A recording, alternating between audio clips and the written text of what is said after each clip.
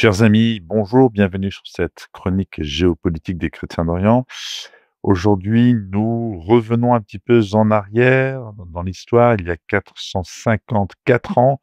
C'était le 7 octobre 1571 et donc nous fêtions cela cette semaine, il y a 4 jours, avec donc le rappel de cette bataille extrêmement importante qui a eu lieu dans le golfe de Patras, sur la côte occidentale de la Grèce.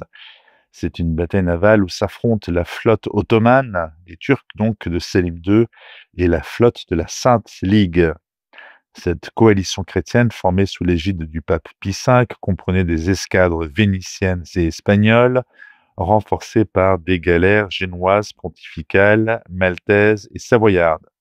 Absence totale de la France qui, je vous le rappelle, était alors alliée des Ottomans. Passons. Cette bataille s'achève par la défaite des Ottomans, qui y perdent la plus grande partie de leurs vaisseaux, 187 sur 251, et plus de 20 000 hommes. Alors les belligérants, d'un côté vous avez l'Empire ottoman, donc, avec la régence d'Alger, de l'autre côté la Sainte Ligue, qui comporte la monarchie espagnole, la République de Venise, les États pontificaux, la République de Gênes, le duché de Savoie et les Hospitaliers. Les forces en présence, c'est bien du côté chrétien, 212 navires, 28 500 soldats, 40 000 marins et galériens. De l'autre, 328 navires, donc a priori une supériorité navale, 27 000 soldats, 50 000 marins et galériens. Les pertes, alors côté chrétien, 7 500 morts tout de même, et 47 navires perdus. Du côté ottoman, c'est beaucoup plus dramatique, 20 ou 25 000 morts, blessés ou capturés, 130 navires capturés, 62 navires coulés et 12 000 chrétiens libérés. C'était des galériens. Outre la défaite ottomane, c'est quand même aussi une bonne nouvelle, cette libération des chrétiens.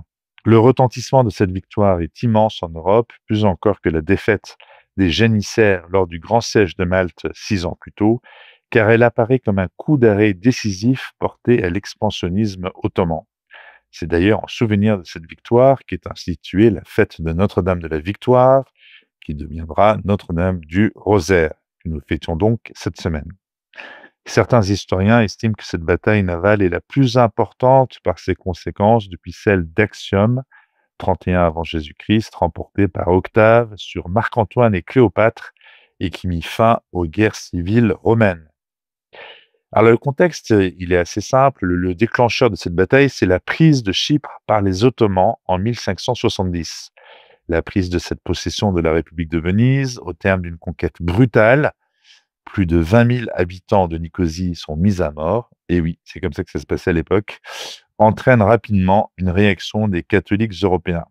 L'ensemble s'inscrit dans un contexte plus général d'une lutte d'influence pour le contrôle de la Méditerranée. Il faut se rappeler que depuis le début du XVIe siècle, les Turcs pratiquaient des razzias en Méditerranée occidentale. Débarquant sur les côtes italiennes ou espagnoles, ils pillaient les villes du littoral et arrachaient les populations à leurs villages pour les amener comme esclaves au service du sultan de l'Empire ottoman.